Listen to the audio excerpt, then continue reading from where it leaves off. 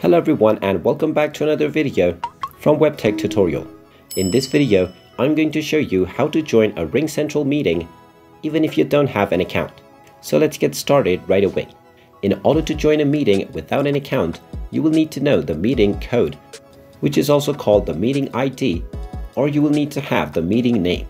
So if you have one of those, then go ahead and open up the RingCentral application on your device.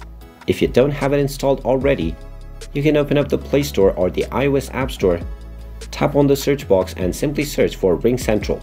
When you find the application, tap on the install button and this will begin the download and installation of the RingCentral application. Once it is installed, you can simply tap on the open button to open it up, and now you will find three different options. In order to join a meeting without logging in, tap on Join Meeting. Now you will be asked to enter your meeting ID in order to join the meeting. Go ahead and type in the meeting ID for the meeting that you want to join and then enter the name that you want to be displayed for your account within the meeting.